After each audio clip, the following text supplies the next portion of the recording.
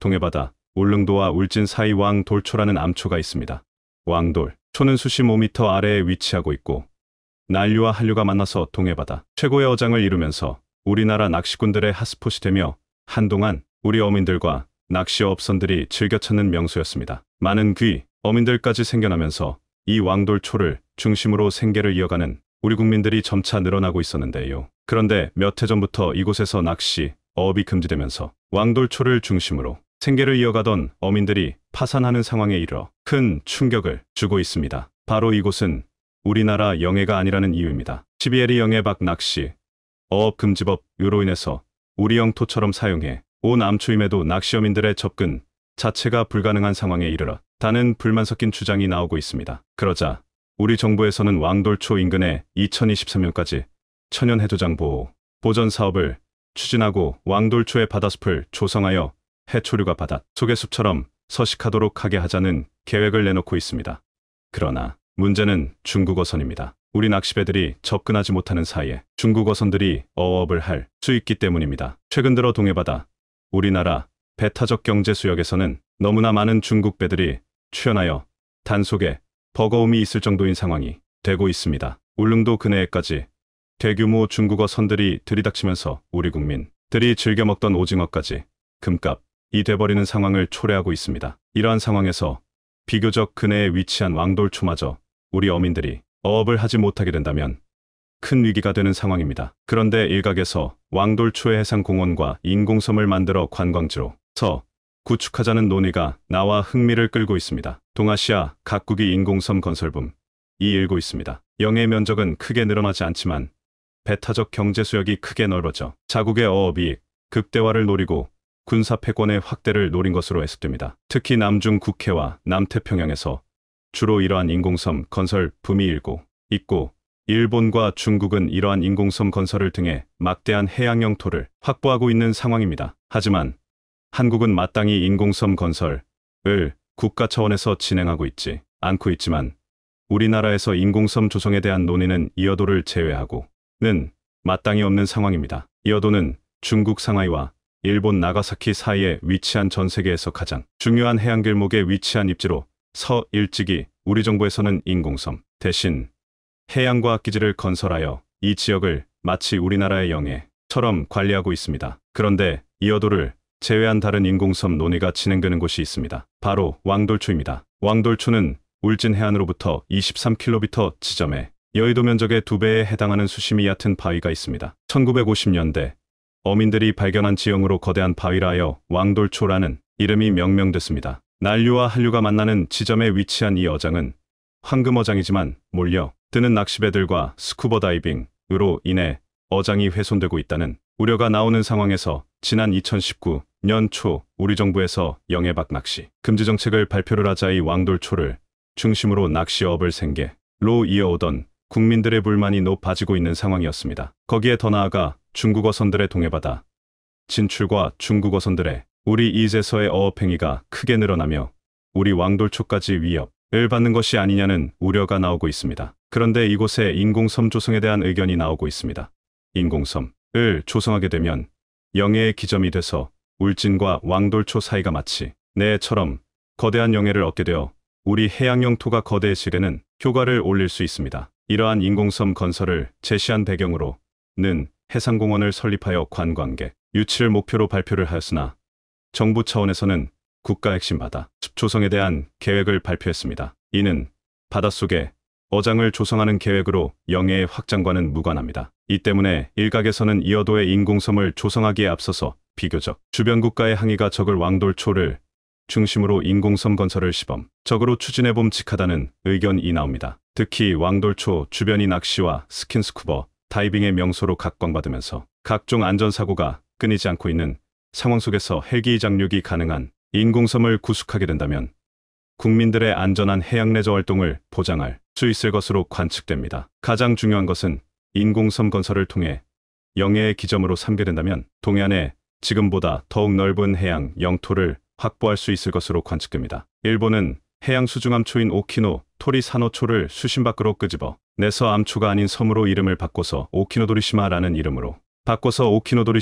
이름으로 바꾸었고 이후 영토와 영해로 선포를 하여 막대한 해양 영토의 면적을 확보했습니다. 이는 국제적으로 인정을 받았는데 주변에 한국이나 중국 같은 일본에 컴플레인을 할 만한 나라가 없었기 때문에 가능했던 일로 보입니다. 이뿐 아니라 일본은 나가사키 부근 동중국해 해상에 위치한 3개의 암초를 섬으로 바꾸어 개명했습니다. 나카사키, 후쿠의 섬 인근에 위치한 이 암초들은 우리나라 왕돌초나 이어도와 같은 암초 성격의 자연 지물을 섬으로 개명하여 배타적 경제수역 이적보를 염두한 것으로, 특히 이 암초들은 한국과 배타적 경제수역의 경계가 되는 지점에 위치하고 있어 한국이 긴장하고 있는 상황입니다. 이 때문에 우리도 왕돌초를 시작으로 점차 인공섬과 영해 기점을 넓혀나가야 한다는 의견이 나옵니다. 왕돌초는 수심이 불과 5m밖에 되지를 않고 가장 높은 봉우리 주변은 수심 18m 수준의 넓은 대지로 조성돼 있어 높이 20m에 달하는 케이슨블록을 여러 개 설치하여 토사를 부어 인공대지를 조성하기에 용이한 지형으로 손꼽힙니다. 케이슨블록을 설치하여 인공섬을 조성하게 될 경우에는 섬 주변으로 더욱 다양한 어류들이 서식 가능한 환경이 만들어질 수 있을 것으로 관측됩니다. 한국은 현재 케이슨블록에 관해서는 세계 최고 권위의 국가입니다. 몇 해 전 싱가포르에 12층짜리 아파트 한 동 규모인 높이 30m 규모의 케이슨블록을 설치를 완료하여 싱가포르 항만 매립 사업에 큰 기여를 하고 있습니다. 이러한 세계 최고 권위의 케이슨블록 기술을 우리 영해를 넓히는 때 사용하는 것이 좋을 것이라는 의견이 나옵니다. 이어도의 경우에는 중국과의 갈등이 있어 인공섬을 조성할 시에 중국으로부터 컴플레인을 받을 수 있고, 독도의 경우에도 섬 내 정수장비만 설치를 해도 일본으로부터 항해를 받고 있습니다. 그러나 왕돌초의 경우에는 주변으로 마찰을 빚고 있는 나라가 없습니다. 왕돌초 바로 앞바다에 위치한 울릉분지라는 지명을 스시마분지라고 주장하는 일본과 지명으로서 갈등이 있는 상황정도라서 인공섬을 조성한다고 해도 마땅히 분쟁 상황까지 연출되지는 않을 것으로 관측되는데요. 최근 들어 중국 어선들이 우리 영해와 이산에서의 불법 조업 활동이 크게 늘어나면서 우리 국민들의 이내에서의 해양 활동을 지금과 같은 규제보다는 오히려 국민들의 해양 활동을 더욱 증진할 필요가 있다는 의견이 나옵니다. 우리나라는 신라 청해진의 장보고, 백제의 22담로 이순신의 거북선과 세종의 대마도 정벌 등 국민들의 해양 활동이 크게 증가할 때 국력이 매우 강성해진 역사가 있습니다. 우리나라는 삼면이 둘러싸여 있어서 해양 강국으로 발전할 수 있는 천혜의 자연 조건을 갖고 있음에도 바다와 친숙하지 않고 해양에 친숙하지 않은 내륙 지향적 성향이 있다는 지적이 나옵니다. 하지만 점점 국민 소득이 늘어남에 따라서 국민들의 해양 레저 활동이 크게 증가하면서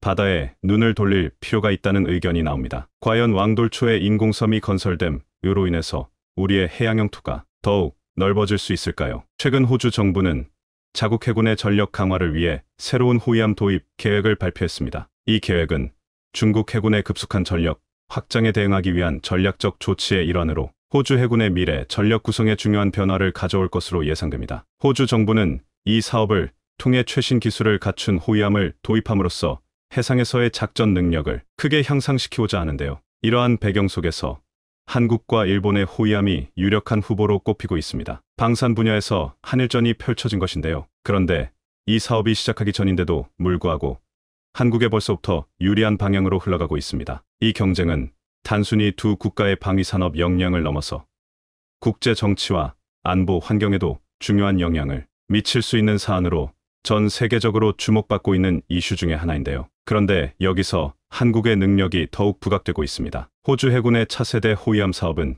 지역 안보의 핵심 요소로 부상하고 있습니다. 인도 태평양 지역에서의 해상 안보는 점점 더 복잡해지는 국제 정세 속에서 중요한 역할을 하고 있으며, 이에 따라 호주 정부는 해군의 전력 강화를 위한 새로운 계획을 세웠습니다. 이 계획의 핵심은 최신 기술을 갖춘 차세대 호위함을 도입하여 해상에서의 작전 능력을 크게 향상시키는 것입니다. 이러한 배경 아래 한국과 일본은 각각의 첨단 함정 기술과 방위 산업 역량을 바탕으로 이 중요한 사업에 참여하기 위해 경쟁하고 있습니다. 이 경쟁은 단순히 기술적 우위를 넘어서 국제 정치와 안보 환경에 깊은 영향을 미칠 것으로 예상되며, 결과적으로 두 국가뿐만 아니라 호주를 포함한 국제사회에도 중대한 의미를 가지게 됩니다. 한국이 호주 해군의 차세대 호위함 사업에서 갖는 우위는 다양한 요인에 기반합니다. 첫째, 한국의 방위 산업은 기술 이전과 현지 생산에 있어 뛰어난 유연성을 보여왔습니다. 이는 한국이 개발한 첨단 군사 장비와 함정 기술을 해외 파트너와 공유할 준비가 되어 있음을 의미합니다. 특히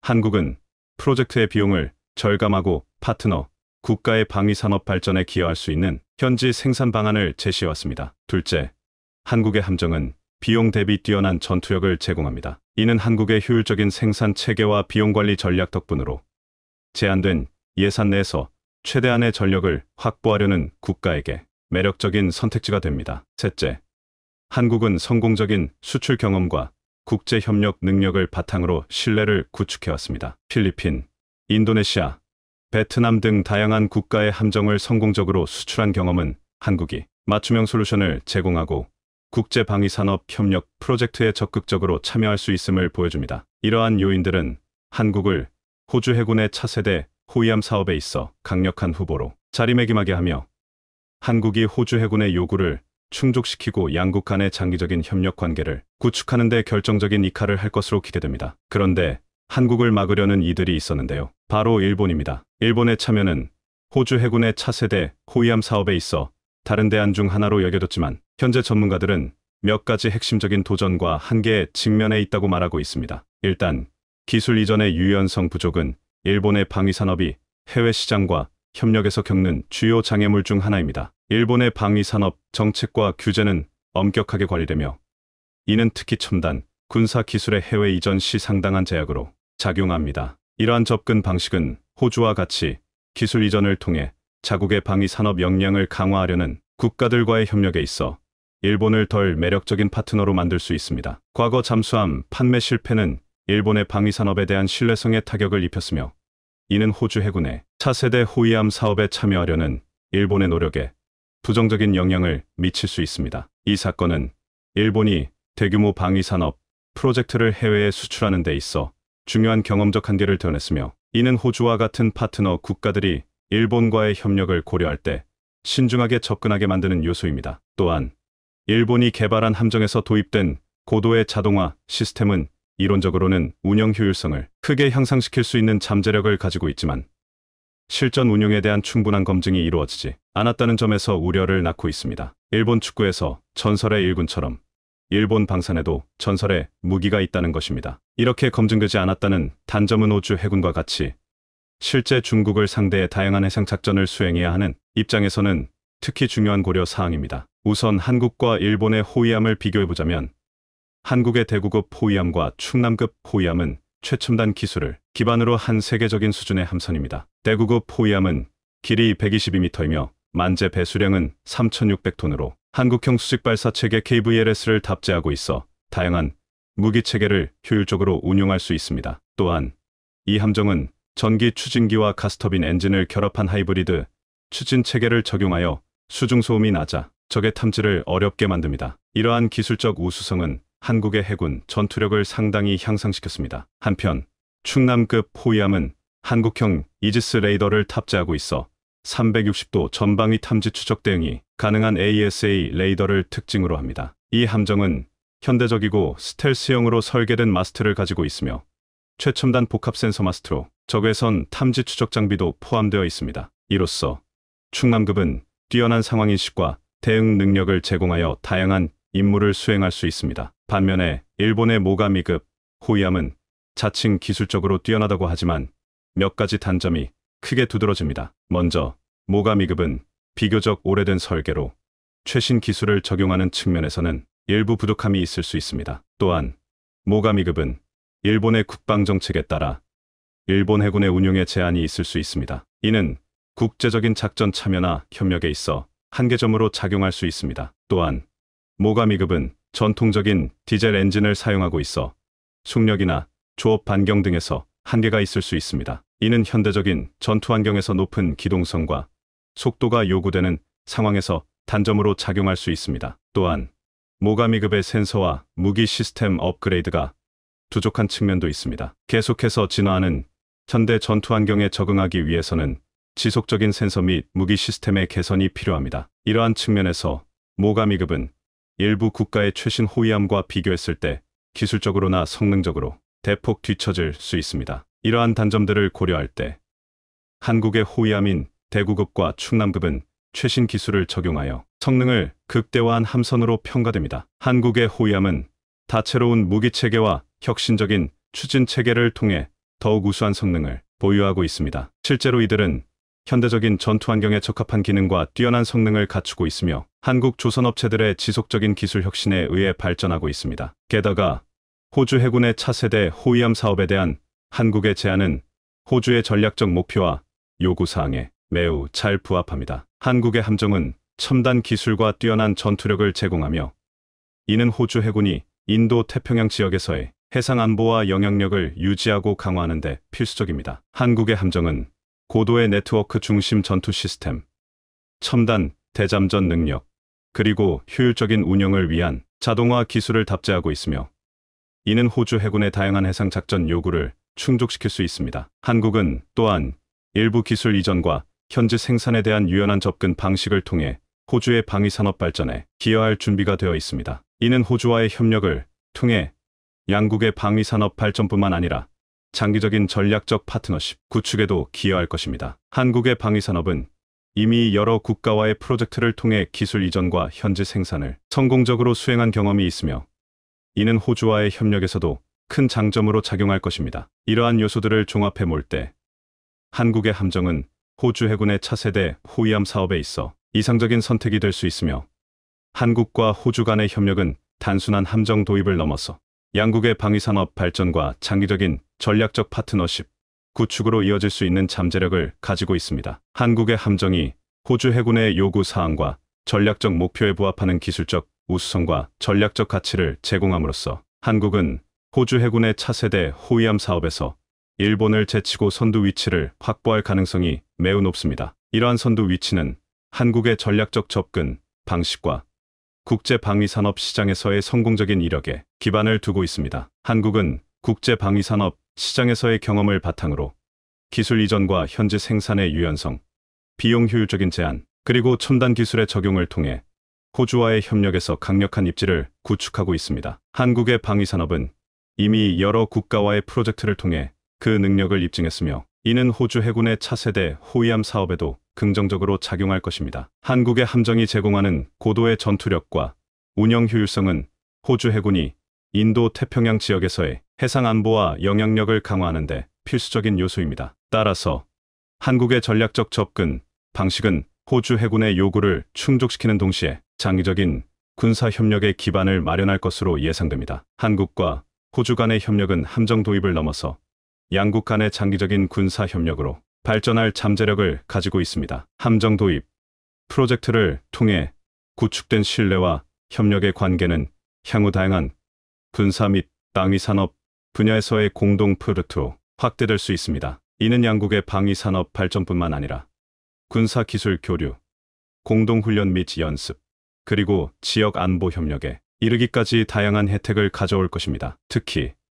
인도 태평양 지역에서의 안보 환경 변화에 대응하기 위한 양국의 공동 노력은 지역 안보의 안정성을 강화하는 데 기여할 수 있습니다. 이와 같이 호주 해군의 차세대 호위함 사업은 한국의 방위산업에 있어 중대한 전환점이 될 것입니다. 결론적으로 이 사업을 통해 한국은 국제 방위산업 시장에서의 자신의 위치를 더욱 공고히 하고 첨단 군사 기술과 함정, 제조 능력을 세계에 다시 한번 입증할 기회를 얻게 됩니다. 또한 이 사업은 한국과 일본 간의 경쟁 구도에서 한국 방산의 위대함을 더욱 부각시키는 변화를 가져올 것으로 보입니다. 한국이 호주 해군의 차세대 호위함 사업에서 선두 위치를 확보함으로써 한국의 방위산업은 국제적으로 그 위상을 더욱 공고히 할 것입니다. 이는 한국이 첨단 군사 기술과 함정, 제조 능력을 갖춘 주요 방위산업 국가로서의 지위를 확립하는데 한국의 LNG선 기술을 거의 따라잡았다고 홍보했던 중국 언론들이 최근 나타난 놀라운 사태의 입을 다물지 못하고 있어 화제입니다. 1월까지만 해도 환구15 영문판에는 중국이 한국을 제치고 1등이다 라는 기사가 올라온 바 있습니다. 2021년 전체 수주에서 한국을 제쳤고 곧 LNG선도 따라잡는다는 것이었습니다. 이런 자신감의 근거에는 거의 몰락 직전에 있던 조선 산업이 최근 급격히 성장한 면도 있었습니다. 중국 조선소는 2010년 3,000개나 됐을 정도로 화랑을 겪은 바 있습니다. 하지만 거의 대다수가 파산하거나 재무 악화로 합병이 되었으며 도크는 주차장으로 변했던 상황입니다. 10곳 중 한 곳 정도만 수주가 됐을 뿐이고 나머지는 침몰해버렸죠. 이에 중국 정부는 대형 조선소에 일감을 몰아줘 마지막 발버둥을 친 바 있습니다. 지난 2015년에는 중국 제조 2025를 발표하며 조선업의 부흥을 언급했고 2020년에도 5개년 계획을 통해 LNG선 건조기술 지원을 약속하면서 말입니다. 실제로 2018년 이후 중국 업체는 자국 발주에 힘입어 1위에 오르기도 했습니다. 하지만 여전히 질 낮은 벌크선 위주로 수주고를 늘리는 데만 급급해 고부가가치 선박은 거의 수주가 없었을 뿐더러 만든다 해도 결함투성이었습니다. 실제로 한국의 척당 평균 선가는 1억 7천만 달러를 넘긴 반면 중국 기업은 6천만 달러 수준이었습니다. 게다가 2018년 후동중화조선이 겨우 만든 LNG선 또한 엔진 고장으로 해상에서 견인되기도 했으며 결함으로 납기일을 맞추지 못하는 사례가 지속적으로 발생해 망신을 당한 바 있습니다. 2017년 프랑스 선사 CMA로부터 수주했던 9척의 LNG 추진 컨테이너선 또한 수년간 인도가 지연됐던 것입니다. 당시 중국 선박공업 CSSC는 한국 조선소에 접촉해 도와달라는 요청을 하기도 했습니다. 하지만 한국 측은 기술을 빼내려고 안달인 경쟁사를 도울 이유가 없다며 철저히 거부했죠. 이런 상황 때문에 중국은 외부 시선을 크게 의식하고 있었습니다. 중국 기술력이 외국 선사들에게 인정을 받았다는 점을 강조하기 위해 사활을 걸고 있는 상태입니다. 올해 들어 카타르와 UAE, 일본 측으로부터 LNG선을 수주했다는 점을 대서특필하기도 했습니다. 싸구려 품질로 인해 이미지가 크게 나빠진 것을 개선하고 저가 수주에서 벗어나려 했던 것입니다. 하지만 이것은 외국 거래처를 압박해 억지로 발주를 짜냈던 상황입니다. 실제로 올 1월 놀라운 소식이 들려오기도 했습니다. 중국 후동중화조선이 일본 MOL로부터 LNG 운반선 6척을 수주했다는 것이었습니다. 총 75억 위안 규모로 우리 돈 1조 4천억 원이나 되는 금액을 말입니다. 중국 언론들은 일본이 한국과의 경쟁을 의식하고 있는 상황에서 더 뛰어난 기술을 가진 중국 업체에게 건조 과정을 배우려 했기 때문이라는 분석을 내놓기도 했습니다. 즉, 과거 LNG선 1등이었던 일본마저도 중국에게 배울 정도가 됐다.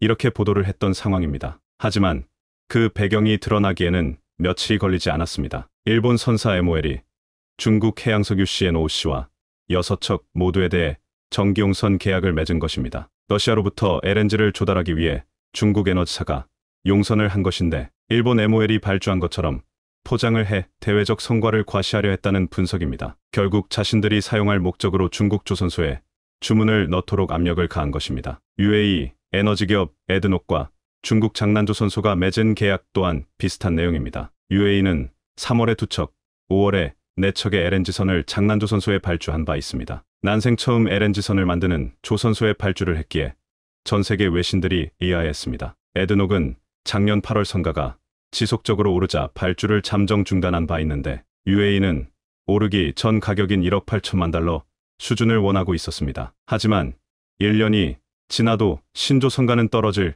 기미가 없었고 더 올라버렸던 상황입니다. 이에 에드녹은 다급하게 한국 측의 문을 두드렸으나 이미 슬롯이 꽉 차 있었습니다. 이에 중국 정부가 석유 등을 대거 사기로 하며 저가 수주로 딜을 했던 것입니다. 그리고 지난 3월 대련조선 또한 중국 해운사 중국상업운송로부터 2척의 LNG선을 처음으로 수주하기도 했습니다. 중국 에너지 기업들이 15척 내외의 LNG선 발주를 진행해 자국 수주를 도운 것입니다. 중국 언론들은 LNG선을 만들 수 있는 곳이 3곳으로 늘었다며 홍보를 하기 시작했습니다. 올 상반기 LNG선 26척을 수주해 작년 4% 점유율에서 29%로 올랐다면서 말입니다. 결국 기술도 없는 조선소에 어거지로 밀어넣은 것인데 정상적인 인도는커녕 인도가 된다 해도 고장이 날 가능성이 높다는 분석입니다. 전문가들은 한국과 중국의 기술 격차가 10년 정도라 설명하고 있습니다. 수주에서 인도까지 2년 이상이 걸리고 그 후 10년가량 사고 없이 정상적으로 운항을 해야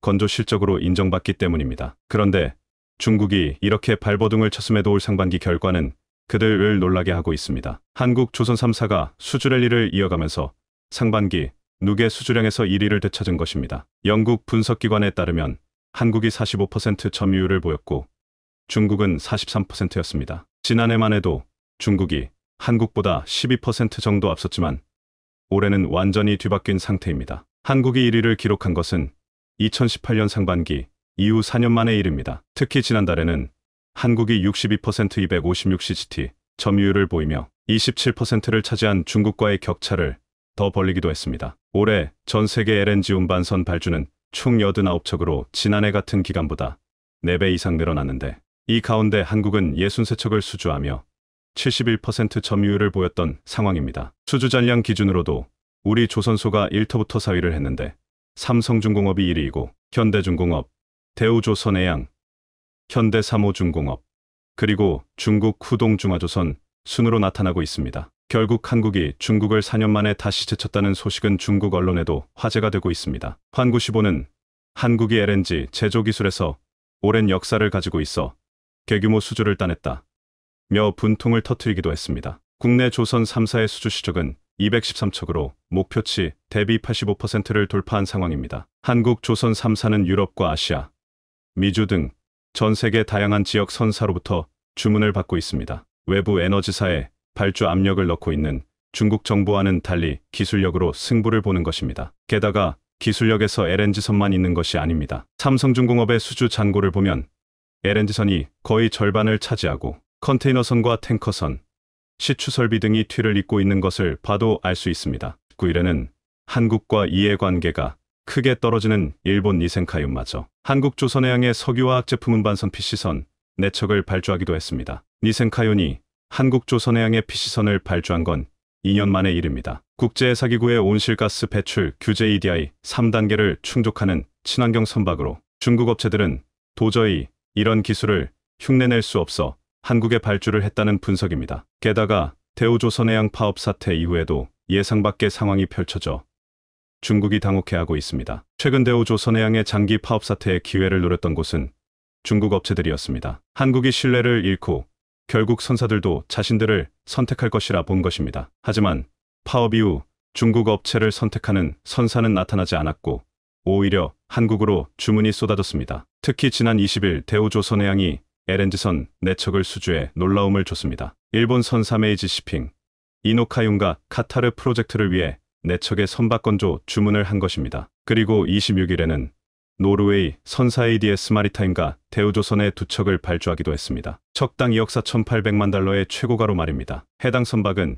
2027년부터 멕시코 서부 LNG 수출기지에 투입될 예정입니다. 이에 중국 언론들은 대우조선해양이 최고가에 수주했다며 놀라움을 드러냈던 상황입니다. 7월 초 한국조선해양그룹이 세운 2억 4천만 달러보다 더 높은 수준이기 때문입니다. 반면 중국 조선사는 2억 달러를 겨우 상회하는 수준에서 계약을 맺고 있습니다. 가격을 올릴 경우 자국 발주마저 어려울 수 있기 때문입니다. 환구시보는 파업 사태와 분할 매각 이슈가 나오고 있는 상황에서도 신조선 발주 업무가 여전히 정상적으로 이루어지고 있는 점에 놀라움을 표하고 있습니다. 파업은 주문에 영향을 미치지 않습니까?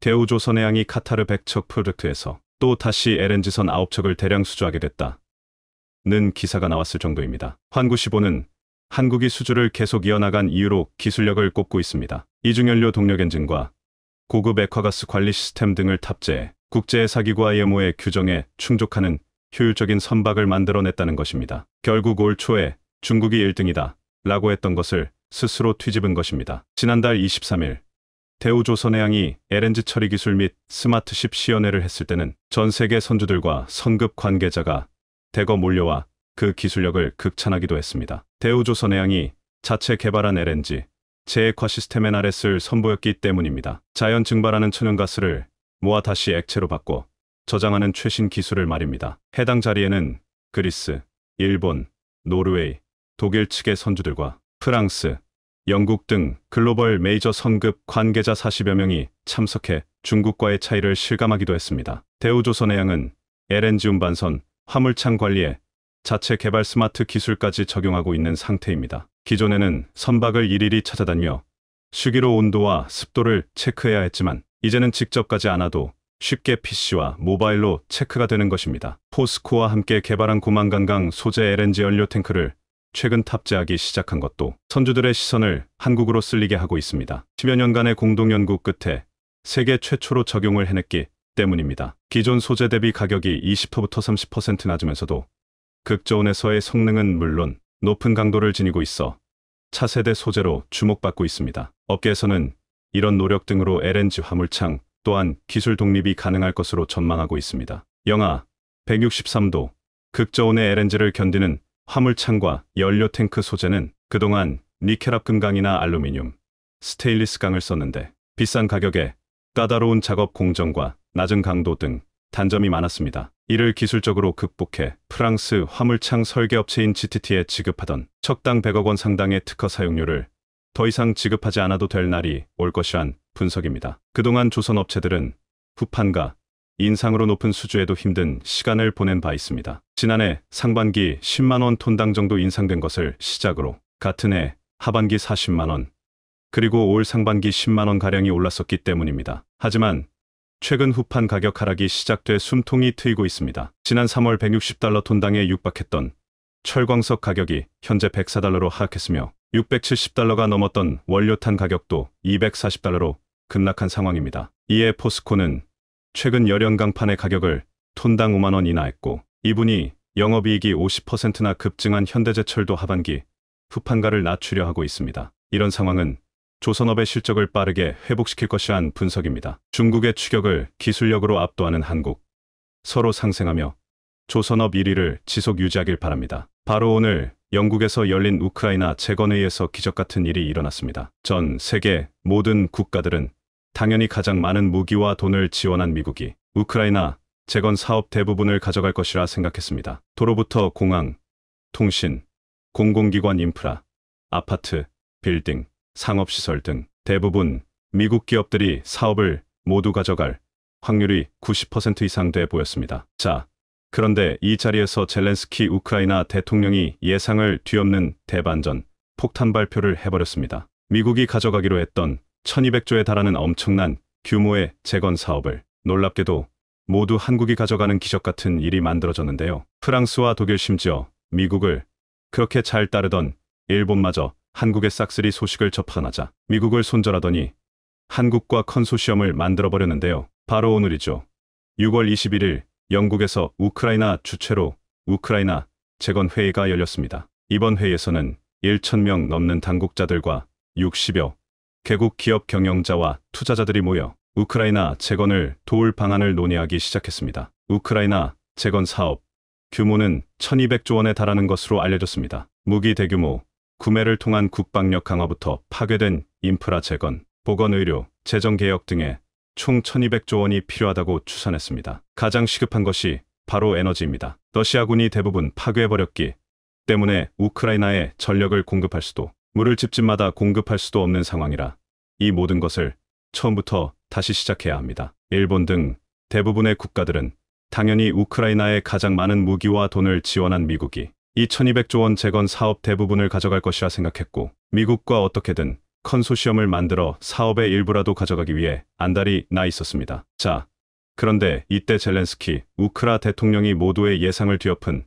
폭탄 발표를 했습니다. 젤렌스키 우크라이나 대통령은 한국의 한강의 기적을 우크라이나에 만들고 싶다며, 한국 전쟁 후 한국이 한강의 기적을 만들었듯이 우크라이나도 한국을 롤모델로 기적을 만들고 싶다고 천명했습니다. 그리고는 한국에만 1,200조 원, 5,000개에 달하는 우크라이나 재건 사업 정보를 통째로 넘겨주었습니다. 꿈 드림이라고 이름 붙인 이 데이터베이스에는 우크라이나 어느 지역에서 재원이 어느 정도 들어가는 재건 사업이 필요한지, 관할 부처 지방자치단체는 어디인지 상세히 취합돼 있어 사실상 한국 기업들에게 몰아준 것이나 마찬가지입니다. 우크라이나가 이 정보를 한국에만 먼저 주었는데요. 다른 나라들은 이 정보를 21일, 오늘에서야 받을 수 있었습니다. 한국 기업들은 우크라이나로부터 미리 받은 이 정보들을 가지고 이미 준비 작업에 착수했고, 일부 기업들은 이미 필요한 재료와 기계들을 우크라이나 주변국들로 옮겨놓은 것으로 전해졌습니다. 제2마셜 플랜으로 불리는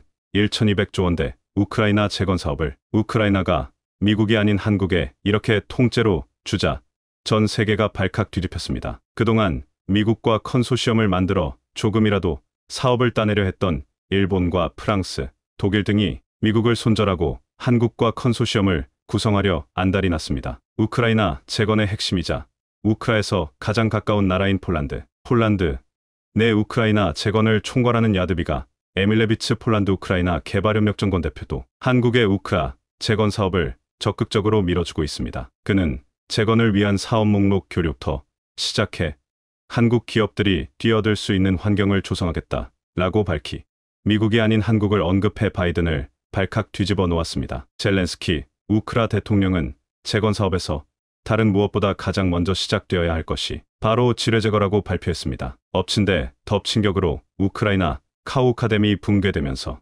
러시아군이 설치한 엄청난 수의 지뢰가 떠내려가 우크라 전역이 초비 상사태에 빠졌습니다. 셀 수도 없이 많은 지뢰가 우크라이나 전역으로 퍼져버린 가운데 곳곳이 러시아군의 폭격을 받아 파괴되는 바람에 땅이 성한 곳이 없습니다. 우크라이나 군인들이 금속 탐지기를 들고 지뢰를 발견할 수 있는 수준이 아닙니다. 아주 특별한 최첨단 기술이 필요한데 이 기술을 가진 유일한 곳이 놀랍게도 바로 한국입니다. 놀랍게도 우크라이나가 지뢰 제거를 의뢰한 국가는 미국이 아닌 한국이었습니다. 데니스 슈미알 우크라이나 총리는 러시아가 자국을 세계 최대 규모 지뢰 오염지로 만들었다면서 지뢰 제거 작업 등에 있어서 한국의 도움을 요청했습니다. 슈미알 총리는 전쟁 후 우크라이나에 25만 킬로미터의 지뢰 지대가 생겼다며 풍부한 경험과 기술, 장비 등을 갖춘 한국으로부터 많은 도움을 받기를 기대하고 있다고 말했습니다. 25만 킬로미터는 한반도 전체보다 큰 것은 물론 영국보다도 큰 면적입니다. 슈미알 총리는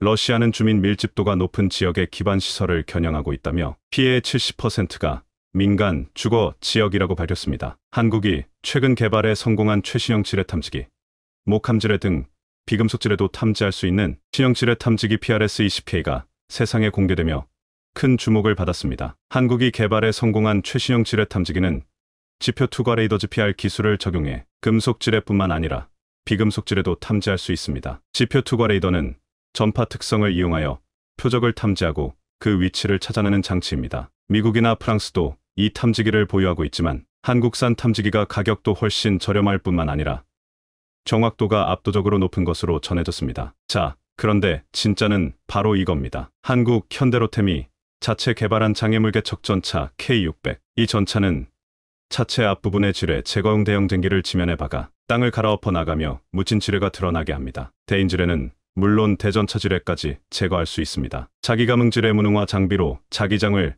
발사해 차량 앞에 매설된 지뢰를 터뜨릴 수도 있습니다. 차량 후미 좌우에는 병사들의 안전한 이동로 확보를 위해 안전지역임을 알려주는 표식막대 발사 기능도 갖췄습니다. 현대로템은 대전차 지뢰가 터져도 임무 수행을 지속할 수 있을 정도로 장애물 개척 전차의 방호력과 생존성이 높다고 밝혔는데요. 현대로템 관계자는 최대 5km 떨어진 안전지대에서도 조종할 수 있는 무인 원격 조종 장치를 개발하고 있다면 이를 통해 승무원이 탑승하지 않아도 차량 운용이 가능하도록 해 지뢰 제거 작업의 안전도를 더 높이겠다고 말했습니다. 우크라의 한국 편에는 이것이 끝이 아닙니다. 진짜는 지금부터인데요. 우크라이나가 한국의 5대 그룹과 재건 사업 간담회를 극비리에 가지며 미국을 발칵 뒤집어 놓았습니다. 우크라이나에 실질적으로 가장 큰 군사적 도움을 준 것도 미국이고 가장 많은 경제적 지원을 해준 곳도 미국인데 왜 한국을 선택했느냐는 것이죠. 한국의 5대 그룹 삼성,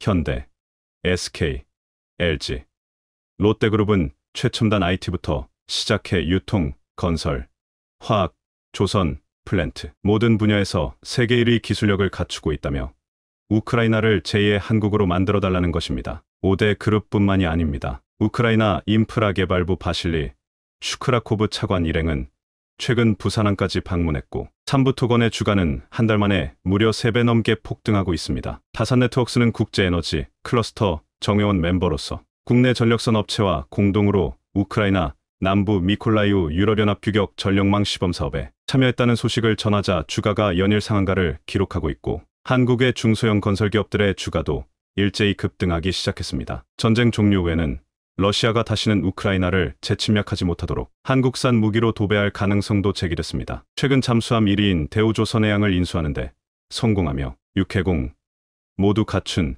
세계 최강의 방산기업으로 도약한 한화의 최첨단 무기들 뿐만 아니라 현대로템의 전차들은 현재 유럽에서 게임체인저라 불리며 러시아의 공포의 존재로 등극했습니다. 한국의 주력 전차인 K가 러시아와 북대서양조약기구 나토 간 육상 전력의 균형을 무너뜨릴 게임 체인저가 될 것이란 분석이 나왔습니다. 미국 외교 전문지 더 디플로맷의 객원 필진인 동아시아 안보 전문가 A.B. 에이브럼스는 이 매체에 기고한 한국 방위산업에 의한 나토 무장은 러시아엔 끔찍한 전망이란 제목의 글에서 이처럼 진단했습니다. 에이브럼스는 K 전차 주문은 서방의 우크라이나 무장 지원 능력을 늘려준 하나의 사례에 불과하다며, 더 최근 사례로는 이달 초 미국의 대규모 한국산 군수품 주문을 들 수 있을 것이라고 말했습니다. 에이브럼스는 서방이 냉전 이후 새 전차에 대한 진지한 투자를 멈추자 러시아 역시 현실의 안주였다며, 더 현대화된 한국산 전차가